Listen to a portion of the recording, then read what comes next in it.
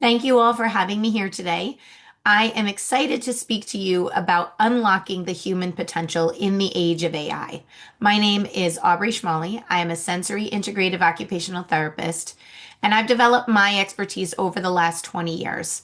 In addition to supporting families of children with special needs, I train other occupational therapists through continuing education courses. I consult with school districts, and I speak to educators across Connecticut. So, a few of you might be wondering, why is a sensory integrative occupational therapist speaking to us about AI? And more than that, what exactly does a sensory integrative occupational therapist even do? So, let me clarify.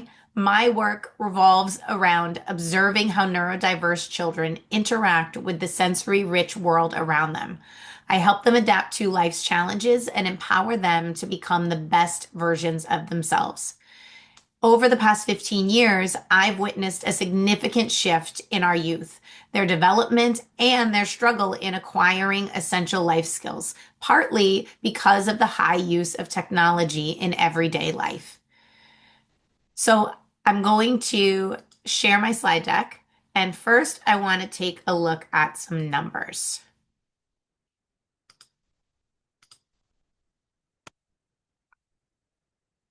Okay, so in 2023, 2024, 25.5% of high need students missed 20% or more of their classes.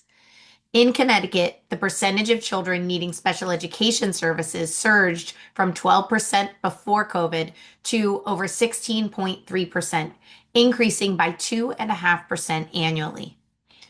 Data from the National Survey of Children's Health indicates that 30.3% of adolescents aged 12 to 17 face mental, emotional, developmental, or behavioral challenges in 2022 to 2023. And from my experience, that number is only growing. So then my research took me far beyond my occupational therapy's journals, and I saw a broader issue affecting not just neurodiverse children, but a significant number of young adults navigating the digital landscape, many of whom may not even be identified as having disabilities. A Pentagon study found that 77% of young Americans do not qualify for military service due to health issues or substance abuse. Executives express hesitance to hire Gen Z workers, citing lack of soft skills like communication, problem solving, and adaptability. 50% of the workers ages 18 to 24 believe that their skills and experiences are a significant barrier to employment. Their unemployment rate is 2.5 times higher than the general population. They know that they're struggling, but they don't know what to do about it. This gap in soft skills is alarming, especially as businesses increasingly turn to AI for entry-level tasks. While AI can enhance productivity and save costs, we have to consider the hidden human cost to skill development. By 2030, Gen Z will constitute 30% of the workforce. So we have to act now to help them develop the uniquely human soft skills that can't be outsourced to technology. Now, the first question is, how did this happen? Well, we inadvertently deprive the next generation of multisensory micro opportunities essential for developing resilience, creativity, and communication skills.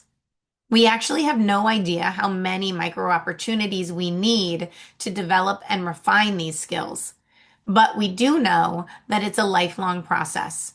None of us woke up one day being able to run a business, teach students, or work in a trade. My generation, Gen Xers, and some boomers are raising generations of consumers rather than creators, all of whom have learned how to hit the easy button and outsource their brains to technology. The teachers have even reinforced having open book tests because in the real world, you can just Google it. As businesses, we measure engagement in terms of data, pushing for quick clicks and instant gratification. We successfully built emotional consumers, grabbing their attention in any way possible to get them to buy.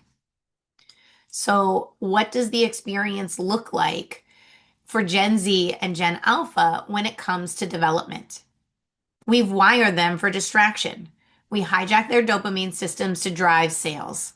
We taught them they can have everything their way and on demand. Algorithms reinforce that they only have to engage with their own interests rather than learning how to work with different people and opinions. Many videos showcase the worst of human behavior to get more views, but it makes emotional dysregulation seem normal. They now seek out chatbots for relationship advice and friendships, struggling to build connections in the real world. They've learned to engage with screens before people, missing out on a significant number of micro opportunities for face to face interactions that build relationships. This digital environment disrupts the opportunities required to cultivate the skills necessary for leadership and innovation. So, in job interviews, HR directors look for soft skills, only to find them lacking in most of the candidates that they interview.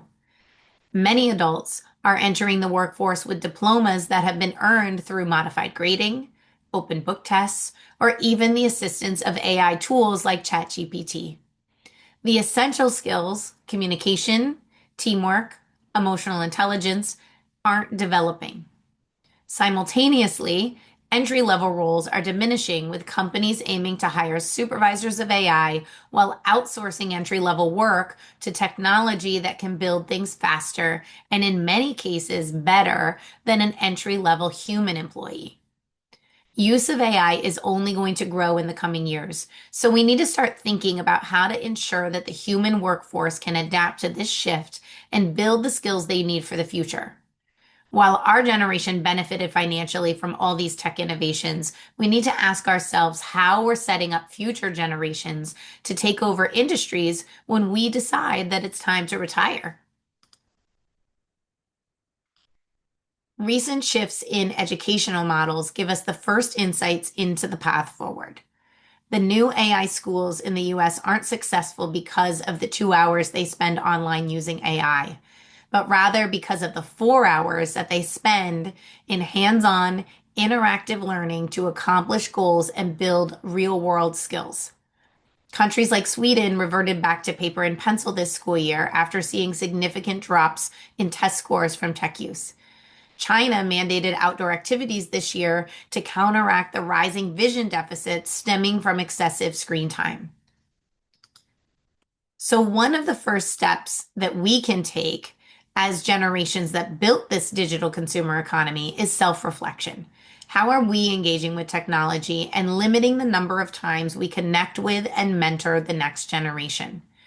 I showed you the statistics at the beginning cited in Forbes magazine that half of the executives feel that Gen Z doesn't have the soft skills. Those same executives reported that it's so difficult to work with this generation that they've considered leaving their jobs from the stress just to limit their engagement with them. This is not a good sign, and it's definitely not going to shape the development of Gen Z's soft skills in a positive direction. So before we moved this meeting to being virtual, I had the option of coming virtually or in person. I chose in person initially because if something is important, I make time to dress up and show up, not roll out of bed and put on a nice shirt while still in my sweatpants, which is a lot of what Gen Z does, only sometimes even without the nice shirt. The other reason is because body language and genuine passion can't be conveyed the same way through a screen.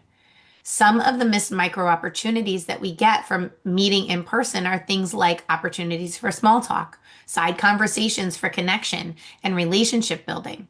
These are critical skills that Gen Z needs for the future, but they just haven't had the opportunities to build throughout their education.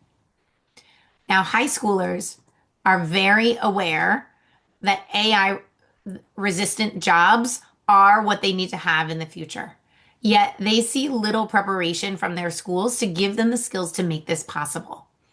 Initiatives like Connecticut's ban on cell phones in classrooms barely scratch the surface to prepare the next generation in an ever-changing AI world. We need a radical shift in our educational systems from preschool to college to embed the habits of high performers into our culture. Without this, the next generation is going to lack the competence and the confidence to adapt to the new job markets. The habits of high performers go beyond just basic health, and they include periods of silence, intentional movement, gratitude, visualization, lifelong learning, and goal setting. These are the building blocks that the brain needs for innovation and creativity. So, some of the skills that the new workforce needs in a world of AI are business writing, using sufficiently descriptive language and specificity for AI prompts rather than just emojis and text acronyms, presentation and public speaking skills to show up confidently and communicate their ideas, the ability to do by engaging with real world materials and understanding how the physical world works, especially in trades, building, and energy sectors that are definitely going to be growing with more and more data centers. Interpersonal communication skills to collaborate with diverse teams, build trust, network, and drive sales. Emotional intelligence for both customer service and colleague interactions. Adaptability and resiliency to adjust to the ever-changing demands of the AI world. So, my vision is that this conversation extends beyond this room. I discussed the possibility of a breakfast panel with Dr. Minkler before coming here today titled AI 101, aimed at raising awareness about the intersection of AI, education, and workforce readiness. We're also considering a series of workshops or breakout sessions for chamber members to foster innovative habits and culture in their sectors. We can teach anyone how to use AI tools, but if we don't prioritize the micro opportunities for real human connection and achievement, we risk raising generations trapped in cycles of addiction and dysfunction, when our goal should be to cultivate competent and confident leaders and creators in Connecticut. So some of the focus for each of these workshops or breakout rooms could be in education for cultivating human skill sets, identifying jobs for the future, mindset and personal growth, AI resistant job skills, and balancing learning about AI with creation while doing screen-free collaborative activities. In the nonprofit sector, we might be talking about building trust through relationships, balancing AI generated content and information with human connection when we're trying to increase the number of donors and participants in nonprofit organizations, effective communication about an organization's missions and values. And then on the business side, the skills needed across industries like healthcare, trades, legal, and small business, shifting work culture and the environment, balancing AI tool use with connection and collaboration for creativity and innovation. The soft skills of success are confidence, competence, resilience, connectedness, and adaptability.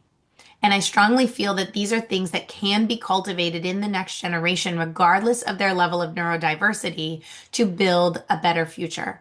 And I look forward to collaborating with you to make this possible.